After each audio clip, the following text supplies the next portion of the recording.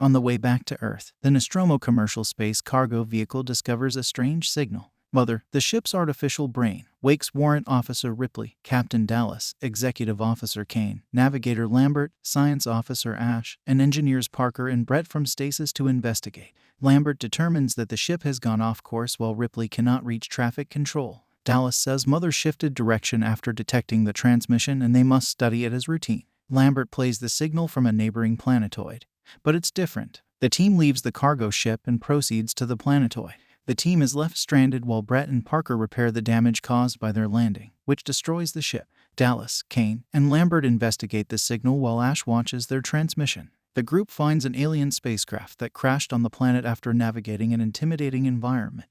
As they board the Nostromo, they lose contact with Ash. In darkness, the three enter the alien ship. They find the ship's pilot, a huge humanoid creature dead in the control room. Ripley translates the transmission as a warning on the Nostromo. Ash advises her to stay. Kane discovers a large cave-like spacecraft hole. Kane breathes heavily and finds eggs under the blue mist. Kane falls watching the mist. He investigates the odd eggs. He lights one and sees a living creature inside. A throbbing creature emerges from the egg. The reptile grabs Kane's face as he approaches. Dallas and Lambert return Kane to the Nostromo unconscious. Ripley refuses to open the ship due to quarantine because the monstrous creature is still on Kane. Ash unlocks the door for the trio. Dallas and Ash remove Kane's shattered helmet in the infirmary, revealing his face hugger. Ash moves one of its fingers, but the face hugger tightens its tail around Kane's neck. Kane was placed inside the X-ray machine, and they could see that the creature was keeping up his life. Despite Ash's caution that the creature might kill Kane, Dallas orders its removal. Ash cuts the face hugger with Kane on the table, but its blood melts the floor. Acidic blood penetrates 2 ship levels before stopping.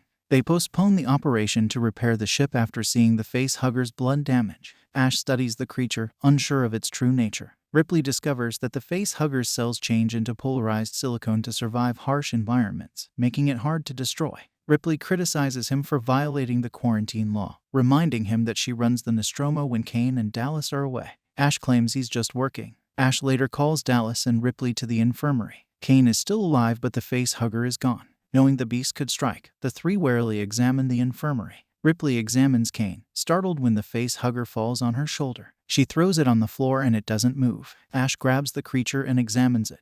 Ripley wants to get rid of it, but Ash wants to examine it as they've never seen one before. Dallas lets Ash make a decision about what to do with it. Dallas tells Ripley as they leave the facility that their contracts only allow him to command the ship, while Ash is in charge of the science department, and that it is Ash's decision as to what to do with the monster. Dallas orders them to leave the planetoid and rejoin the cargo ship despite the unfinished repairs. Teamwork launches the Nostromo. The crew discusses what to do with Kane while they are resting in the dining hall. Parker proposes freezing him to stop any sickness. Dallas decides to confine Kane, but Ripley argues they all should after being exposed to him. Lambert informs them that returning to Earth will take 10 months, lowering their mood. Kane awakens in the infirmary, puzzled but okay. After Kane's recuperation, the crew feasts before returning to cryo-sleep. Kane choking stops the feast. He groans and trembles at the table. The men try to restrain him, but something shrieks as blood spurts from Kane's chest, making everyone flinch. Kane wobbles in pain. A small thing erupts from his chest.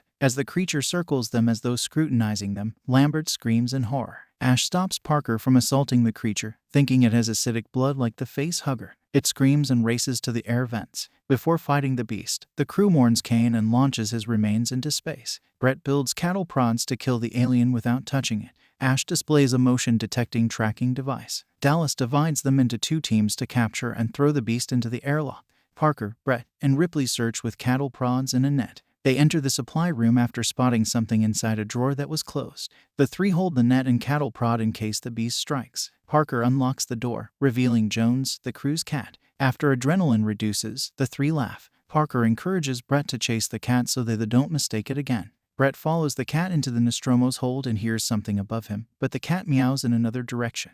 Jones hides behind machinery. Brett grabs a skin-like material from the floor after the cat leaves. He drops it and searches for Jones, recognizing it from the alien creature. Raindrops fall from above the landing leg compartment. Brett enjoys the rain, unaware of a hidden beast. Brett finds Jones, but it hisses. Brett is ignorant when the fully grown alien scares the cat behind him. Brett looks back after seeing Jones is terrified of something else. The alien drags Brett up by his head. Ripley and Parker hear his screams, but Brett and the alien are gone. The team discusses their next move. Dallas can estimate the alien's next move since it's in the air ducts. He plans to trap and dispatch the alien into space via the airlock. With Parker and Lambert protecting the other aperture and Ripley and Ash in charge of the control system, Dallas gets inside the ducts with a flamethrower to push the creature into the airlock. While he struggles to move about the confined area, Lambert gives him directions. Lambert's tracking device loses signal, stopping Dallas. Dallas notices slime on the floor but no creature. The tracker beeps as something approaches Dallas. Lambert begs him to flee, but the beast attacks. After losing contact with Dallas, the crew reunites to find another way.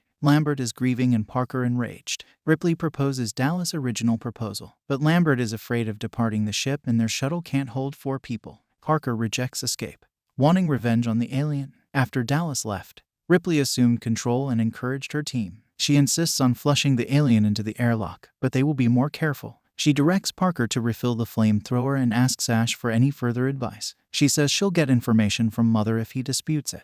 Ripley examines the ship's files inside Mother's system and discovers that Ash has been secretly ordered to collect the alien even if it kills the crew. Ripley is furious, unaware that Ash is sitting next to her. Furious that her people had been misled, she charges at him. Ripley leaves to check on Lambert and Parker, but Ash seals the doors, preventing her from notifying anyone. She confronts him, shocked to see white liquid trickling from his forehead. Ash grabs her by the hair and tosses her against the wall. Ash gets ready to choke Ripley by inserting a magazine down her neck while she is unconscious. When Parker and Lambert come across them, Ash overpowers them. Parker smashes a fuel tank on Ash's shoulder, freeing Ripley. Ash swirls, spitting fluids. Parker smacks his head, revealing Ash was a robot. The damaged mechanical body fights on. Finally rendered helpless, Lambert stabs it with a rod. Ripley then reactivates Ash. Ash admits that he was constructed and recruited to the crew to rescue the alien species.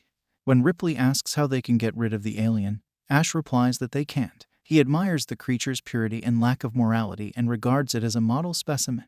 Before Ripley turns off Ash, he laughs at how unlikely it is that they will live. After Ash is gone, Ripley follows Lambert's plan to escape to the shuttle and blow up the ship and alien. Parker burns Ash's body before leaving in rage. Parker and Lambert gather coolants as Ripley prepares the shuttle for escape. Ripley hears Jones while powering the shuttle and investigates. Lambert and Parker reach the hold. Lambert quickly grabs supplies while Parker watches for the alien. After collecting coolants from machinery, they go to suits in the supply room. Ripley explores the shuttle to save the cat. Ripley jumps when Jones startles her. Ripley carefully puts the cat in a cage. Lambert sees a shadowy figure in the supply room. The tall alien corners her. Lambert freezes when Parker instructs her to run. Parker attempts to rescue his friend but gets caught. Parker shouts to run before the alien kills him. Lambert cries in dread, paralyzed. Ripley rushes to the supply room to help. Screams stopped before she reached them. She finds Parker and Lambert dead inside. Ripley panics and activates the Nostromo's self-destruction device. She hears the system initiate self-destruct mode, crying. Ripley flees to the shuttle as steam fills the ship.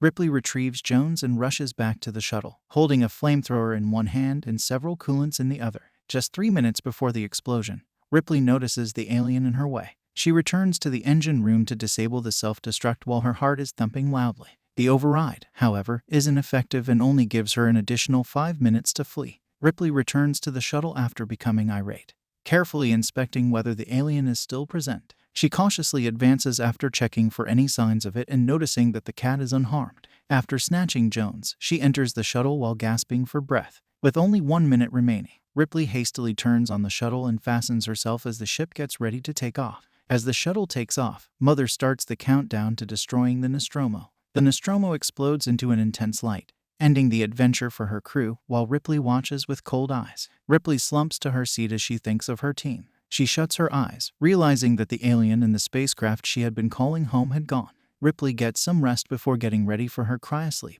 She takes Jones, caressing the cat before loading it into the first chamber. She then gets ready for her chamber but first checks the mechanism of the shuttle. She is startled when a hand moves. The alien is escaping with her after getting trapped into the shuttle's engines. Ripley hides in the cabinet and into a spacesuit, her gaze fixed on the savage thing. She loads a harpoon gun and then quietly opens the door. Slowly slipping out of the cabinet, Ripley stays out of the alien's sight. She softly sings to herself to ease her anxiety while she blasts gas to lure the alien out. When it hits the ground, Ripley turns away in the hopes that the alien won't see her. The alien emerges near her, howling as Ripley activates the airlock, forcing the creature out. Despite being drawn into space, the monster clings to the door. The harpoon gun is fired by Ripley, causing it to discharge. The alien is able to draw the rope and climb into one of the shuttle's exhausts because as she closes the door, the gun becomes trapped inside. Ripley cranks the engine to the max, burning the alien in the exhaust. She sees it blast off into space, finally getting rid of the terrifying thing.